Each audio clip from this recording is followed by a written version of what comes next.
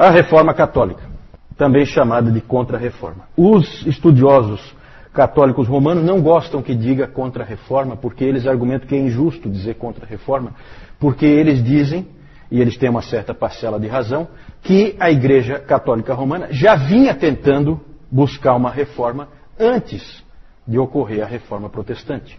E de fato, né, tem a Reforma Conciliar, houve tentativas, né, de a Reforma Gregoriana, houve tentativa de colocar a coisa um pouquinho melhor nos eixos, né? Mas é claro que o momento com a Reforma Protestante não dá para não chamar também de Contra-Reforma, porque a coisa agora ganhou força porque tinha um estímulo, né, uma provocação, vamos dizer assim, certo? E na verdade a gente foi falando de vários movimentos reformadores até agora, e aí vem a pergunta: como fica a Igreja Católica Romana? Certo? E o Dr. Calhoun foi muito feliz quando ele colocou a ideia, para nós talvez não faça muito sentido, mas dá para a gente acompanhar mais ou menos. Ele compara com uma partida de futebol americano, o que aconteceu no século XVI. Como se fosse uma partida entre protestantes e católicos. Certo? O futebol americano ele é dividido em 4 quartos, não é como o futebol nosso que são 2 tempos, são 4 tempos na verdade. E geralmente um ponto completo, em que você faz lá o famoso touchdown, você marca 7 pontos. 7 pontos numa vez só, porque você fez lá completamente uma determinada jogada, que é a que faz você pontuar mais. E aí ele organizou assim, né, para tentar ficar didático. Cada 25 anos é um quarto. Certo? Então, de 1500 a 1525, 1525 a 1550, 1550 a 1575, 1575 a 1600. Certo? E aí ele coloca assim, o primeiro quarto, 1500 a 1525, os protestantes saíram na frente. 7-0. Depois eles ganharam ampla margem, ampla vantagem no segundo quarto, ganhando já de 35-7. Certo? Mas começou a haver reação, que é a Contra-Reforma. Certo? No terceiro quarto já podíamos dizer que estavam 42-35, portanto você vê ali que os católicos reagem fortemente depois de 1550, e no quarto quarto os católicos já estão na frente no jogo, 45-42, certo? Isso só é possível por causa de um grupo de jogadores que entrou do segundo para o terceiro quarto, né? Usando a analogia do jogo, certo? Tinha gente no banco de reservas que era capaz de mudar o resultado do jogo. Essas pessoas chamam-se Companhia de Jesus, certo? Companhia de Jesus.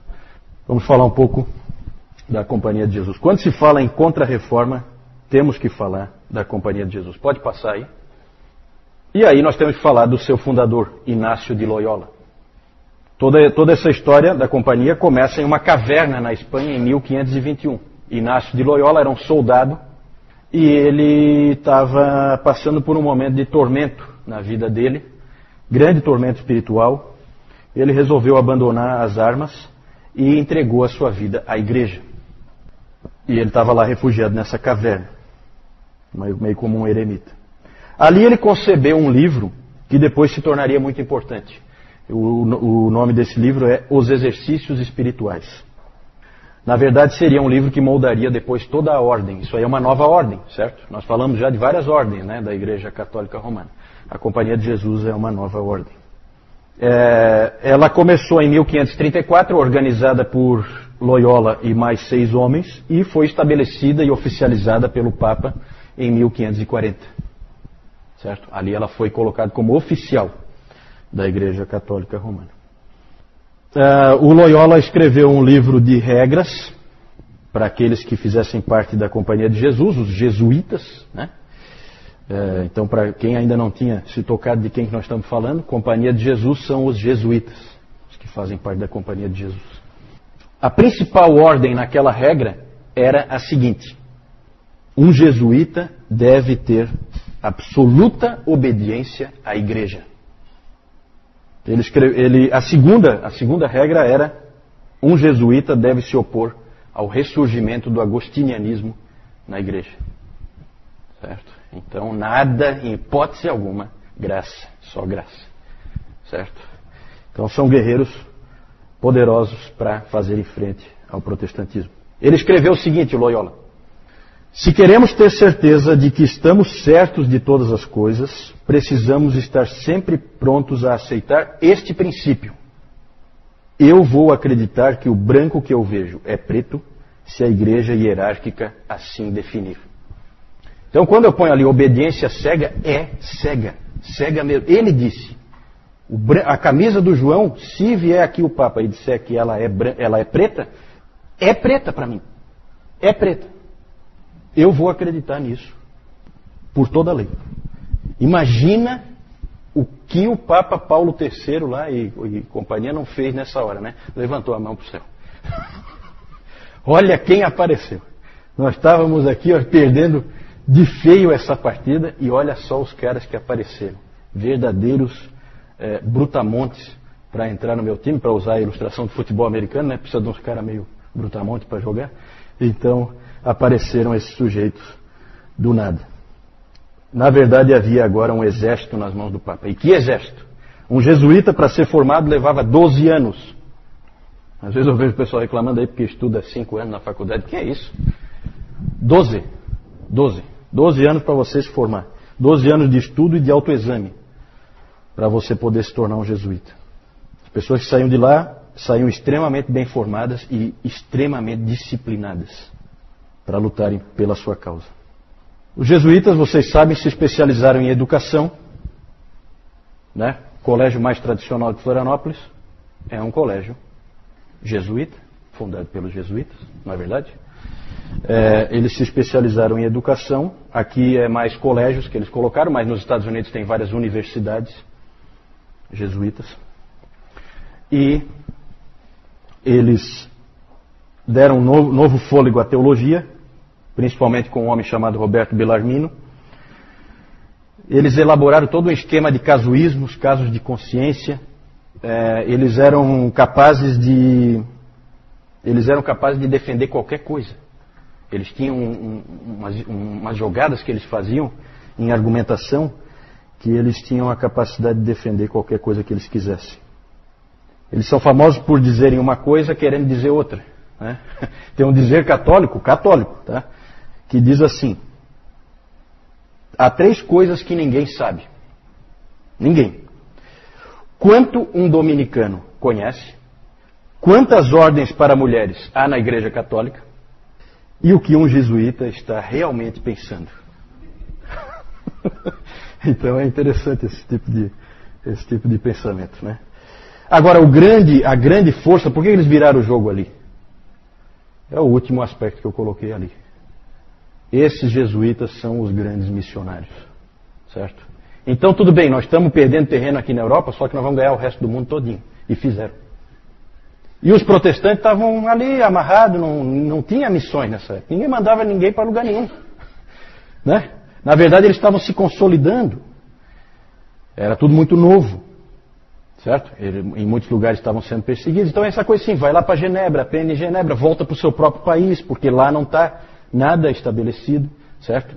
E aí os católicos foram espertos, né? Eles tinham ali já séculos, né, de uma coisa bem estabelecida, e aí apareceram esses sujeitos aí dispostos a qualquer coisa, esses jesuítas, e os indivíduos foram pelo mundo afora, certo?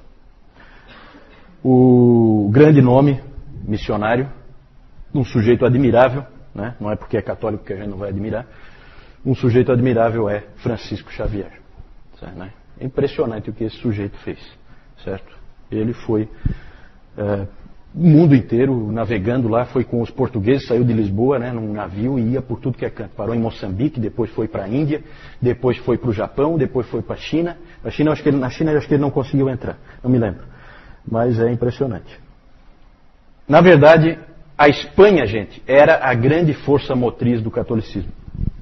Engraçado como as coisas acontecem, né? Há um tempo antes da Reforma, eu até comentei com vocês aqui, surgiram os 2 grandes reis católicos, Fernando e Isabel, na Espanha, que unificaram a Espanha. Certo? Unificaram. Foram eles que mandaram Cristóvão Colombo, aquela coisa toda. E aí tinha aquele famoso dizer que Isabel e Fernando eram mais católicos que o Papa. E eram mesmo. Não é à toa que o catolicismo ganhou a força que ganhou na Espanha, e todos os caras que trabalharam aí eram espanhóis, Inácio de Loyola, Francisco Xavier, outros grandes nomes aí dessa época, São João da Cruz, São João de Deus. Esse João de Deus é nascido em Portugal, mas ele na verdade acabou... ele é o padroeiro dos hospitais, né? Porque ele criou a Ordem dos Irmãos Hospitaleiros, no sentido de hospital, certo? Então esses caras fizeram muita coisa. Outro grande nome é Teresa de Ávila. Todos espanhóis, todos, certo? O catolicismo, a força do catolicismo estava na Espanha, certo? É engraçado que até hoje se diz que, porque a gente sempre pensa em catolicismo, a gente pensa em Itália, né? Só que o italiano tem um catolicismo assim meio de aparência, né? Geralmente. O espanhol não. O espanhol, quando ele levava aquilo a sério, era a sério mesmo, né? Então, ali era a força do catolicismo, vinha da Espanha. Portugal é diferente. Portugal ele tem menos expressão para o continente como um todo, né? Ele, na verdade, ele era um daqueles pequenos reinos ali da Espanha, certo? Que ficou separado. Não quis unificar. Não quis unificar. Eles venceram os mouros, né? E não quiseram participar da unificação. Então Portugal ficou ali isolado. Praticamente desde o início já tinha aquela dimensão ali, certo? E ele não tinha a mesma expressão que a Espanha para o resto do mundo, né? A Espanha sempre foi mais importante. Temos que falar, evidentemente, do Concílio de Trento. O Concílio de Trento, porque assim, né, falamos dos jesuítas, mas os papas no início não conseguiram reagir adequadamente ao que estava acontecendo na Reforma. O Papa Paulo III, ele tentava alguma coisa, mas era difícil. Convocaram então esse concílio, o Concílio de Trento, que começou em 1545, foi até 1564. Só que não o tempo inteiro reunido, tá? Isso aí, a maior parte desse tempo aí, o concílio não está reunido, certo? Então ele se convocava ao longo desse tempo. É que começou em 1545 e terminou só em 1564, mas não é 18, 19 anos trabalhando direto. Não é, tá? Em 1564 o trabalho estava completo. Foi o primeiro concílio a discutir todos os aspectos do cristianismo. Foi uma discussão geral de tudo, certo? De lá saiu consolidado o que nós conhecemos hoje como catolicismo romano, certo? Não é igual ao que existia antes. Um anglicano disse uma vez que em Trento surgiu a nova religião trentina. É claro que nenhum católico aceita isso, mas era uma nova religião, sim. Moldada por uma reação à reforma protestante, certo? Não era a mesma religião medieval. Tinha muitos elementos, muitos mesmo, mas já com algumas adaptações especiais acabou se tornando, pode-se dizer, uma outra religião. É interessante que na igreja Santa Maria Maggiore, onde eles se reuniam, foi escrito na parede um dizer, né, colocaram assim: aqui o Espírito Santo falou pela última vez. Que humilde, né? Então, acredite quem quiser. Algumas ênfases de Trento. Autoridade inquestionavelmente, inquestionavelmente a autoridade está no Papa. Não tem mais conversa para nenhum outro modelo. O Papa passa a ser o cabeça único da igreja, ele tem autoridade plena. Que mais? Os assuntos que antes tinham abertura para discussão, como nós vimos às vezes, algumas controvérsias dentro da Igreja Católica, foram fechados, muitos assuntos foram fechados. Não pode mais discutir, não pode mais. Justamente para evitar, né, que se chegasse à descoberta da verdade mais uma vez, como tinha acontecido na Reforma Protestante. Que mais? Uma coisa em que Trento foi bem sucedida, e isso aí deu força também para a Igreja Católica, é na questão moral. Nunca mais, depois de Trento, nunca mais a Igreja Católica Romana desceu a um nível tão baixo como tinha descido antes da Reforma Protestante, né? Então, até para a Igreja Católica Romana foi boa a reforma nesse sentido, certo? A Reforma Protestante ajudou eles a conseguir o que eles já vinham tentando sem sucesso, de fato, depois de Trento, se tornou uma religião séria, novamente, pode-se dizer assim, né? Errada, mas séria, certo?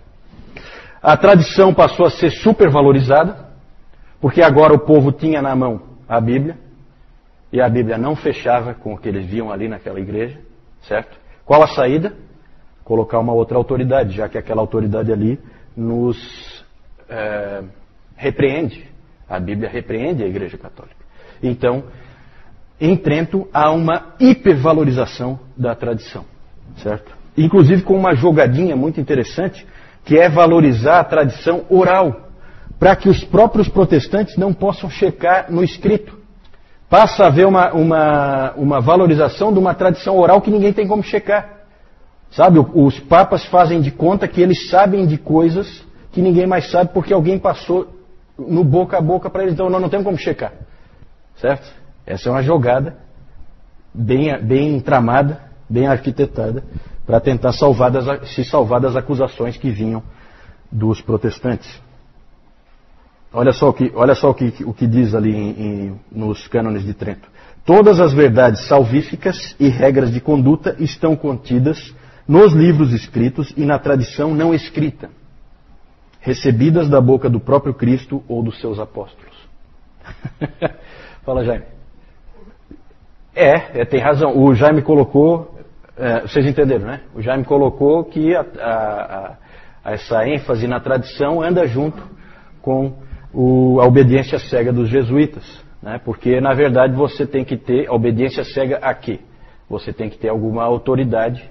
E de onde é que vem essa autoridade? Então você cria esse elemento aí da tradição oral, que não tem como ninguém checar, porque eu não estava lá quando um papa passou para o outro, a tal da tradição oral, que eu não sei nem qual é, certo? E aí o papa vem e fala uma coisa, os jesuítas imediatamente acreditam, né? Se disser que o branco é preto, o preto é branco, eles acreditam, né? Fala. A pergunta do Jaime é se porque antes a gente viu muito uso político da máquina da igreja, e aí a pergunta do Jaime é se os jesuítas tinham também esse espírito. Eu entendo que não. Eu acho que os jesuítas são extremamente sinceros e aí vinha a força deles, certo? Eles são indivíduos que creem na igreja, muito mais do que no próprio Deus, muito mais do que nas escrituras, muito mais do que em qualquer outra coisa. A igreja para eles é tudo, né? Mas eu acho que é sincero. Sabe? E eles eram indivíduos como a gente viu, né? De grande disciplina, de grande rigor moral. Então isso tudo ajudou muito a Igreja Católica Romana a sair daquele quadro que ela tinha antes, lá com o Rodrigo Borgia e companhia. Uma coisa horrorosa aquilo, né? É claro que quem já conhece, eu não tenho tempo para falar aqui, faltou um aí, né? Salvação pela fé e pelo amor. Lutero diria salvação pela fé, ponto. Certo? Trento não. Salvação pela fé e pelo amor. Amor, entenda-se, obediência à igreja. Certo? O que a igreja diz para você fazer, você faz. Tá? Então você é salvo. É salvação percentual, né? Deus faz uma parte, você faz a outra. Cada um entra com a sua parte. É o velho semi-pelagianismo, né? Que é onipresente, ele sempre aparece. Só não é chamado de arminianismo nessa época porque o Armínio nem nasceu ainda. Mas é mais ou menos a mesma coisa, certo? O catolicismo sempre anda de mão dada com o semi-pelagianismo, tá? E não foi diferente aqui. É claro que eu não cheguei a falar aqui, mas se você for ler os cânones de Trento, você vai ver que lança anátemas aos montes para cima dos protestantes. Os protestantes todos são malditos, né? É uma coisa pesada. Mas por outro lado também, o Lutero também, o grande guerreiro do outro lado também não deixava por menos, né? Porque ele deu uma resposta rápida, né? É claro que ele morreu em 1546, ele não viu a coisa toda pronta. Mas ele escreveu um livro antes de morrer, cujo título era Contra o Papado em Roma, criado pelo diabo. Então você vê que o homem não é fraco. Ele quando saca da arma também não saca para brincar, né? Então não é brincadeira. Como eu acabei de dizer, o Lutero ele morreu, né, em 1546, então ele não é o grande defensor pelo lado dos protestantes contra Trento, porque ele estava morto. Então o grande defensor do lado luterano foi esse Martin Chemnitz. Ele escreveu um monte de volumes refutando Trento, biblicamente, né? Porque esse documento de Trento era realmente uma ameaça ao protestantismo, né? Algumas pessoas podiam ficar em dúvida quanto ao que estava acontecendo, e ele então foi o responsável por fazer isso aí. Alguns católicos chegaram a dizer a seguinte frase: se o segundo Martinho não tivesse entrado, o primeiro não teria se sustentado. Tal o valor que eles deram para vamos dizer assim, para o porte desse adversário aqui, Martin Chemnitz. Esse é o segundo Martinho, né? Então eles dizem, se o segundo não tivesse entrado, o primeiro não tinha se sustentado na guerra, né? Assim chamada guerra, né? Mas pelo lado dos reformados foi o Calvino mesmo. O Calvino estava vivo, o Calvino nasceu em 1509, né? Ele então escreveu um livro cujo título era Atos do Concílio de Trento com o Antídoto. Com o Antídoto. Então ele comentava todos os atos do Concílio de Trento, ele teve acesso, evidentemente, e já dava o antídoto para os protestantes, né? Já dizendo, ó, isso aqui está errado por causa disso, isso aqui ó, é enganação, aqui tem uma coisa camuflada, tem uma armadilha aqui, e tem armadilhas, né? Dá a impressão que né, o próprio fato deles usarem ali salvação pela fé e pelo amor. Que bíblico isso, né? Dá a impressão, nossa, super bíblico. Mas ali tem embutida uma armadilha, certo? Os caras são espertos. Ali aqueles indivíduos de Trento não eram bobos. Ele queria, o Calvino, se certificar de que os protestantes entendiam com clareza o que Trento estava dizendo e como responder ao que Trento estava dizendo. Calvino disse o seguinte: o todo pode ser resumido assim. O erro deles consiste em dividir a obra de Deus, dividir a obra entre Deus e nós, semi-pelagianismo, para que possam transferir para nós a obediência de uma vontade piedosa, recebendo a graça divina. Enquanto que, na verdade, essa obra é exclusividade do próprio Deus. Para traduzir isso aí, é o seguinte: a salvação é obra de Deus somente. A fé e o arrependimento não são condições para a salvação, como creem os católicos. Eles são parte da salvação. Fazem parte da salvação. São dons, como a Bíblia diz. O dom da fé, o dom do arrependimento. São presentes, são coisas que você recebeu. Certo? Nada de semi-pelagianismo. Sempre, sempre, sempre, tá, gente? Quando a gente fala assim, essa discussão, arminianismo, calvinismo, que bobagem. Que bobagem. Na verdade, ninguém, só esse indivíduo que está dizendo isso, acha que isso é uma bobagem. Isso é o cerne. Esse é o ponto de divisão. Esse é o principal aspecto. Lembra do Lutero e o Erasmo? Que o Lutero agradeceu o Erasmo porque o Erasmo foi para o único ponto certo, que é esse aqui. O resto é perfumaria. O resto é importante, mas é o que vem em torno. Vem com o pacote. O cerne é essa questão da graça de Deus e da salvação do homem. Certo? Quem é que se salva? É o homem que se salva a si mesmo ou é Deus que salva o homem? Esse é sempre o ponto principal. Vamos em frente? Aí então, só mostrar para vocês rapidinho. Aquela lá é a viagem do Francisco Xavier, que aparece aqui embaixo. Então ali tem os anos e tal. Muito para a época, gente, impressionante o que esse homem fez. Ele saiu de Lisboa, certo? Num navio português, por isso que parou em Moçambique. E fez toda a obra que fez, chegando até o Japão. Esse Francisco Xavier é incrível. Tem histórias dele que são incríveis, né? Ele ia no meio dos leprosos, ele não tinha medo de nada. O pessoal fala, não, você não pode ir lá porque você vai ficar leproso. Não, eu vou lá. Não tinha isso. Para ele não tinha limite nenhum, né? Realmente a gente precisa, é aquela coisa, não é do outro time, não é do meu time, né? Mas é um cara que eu tenho que dizer que é um excelente jogador, né? Vamos usar aquela analogia, né? Não dá para não admirar, certo? Ali o Martin Chemnitz, o Inácio de Loyola, o Concílio de Trento reunido, com toda aquela pompa, né? E o Papa Paulo III. Está meio cansado ele, parece. Acho que é muito problema, né? Muito problema. Vamos lá, pode passar.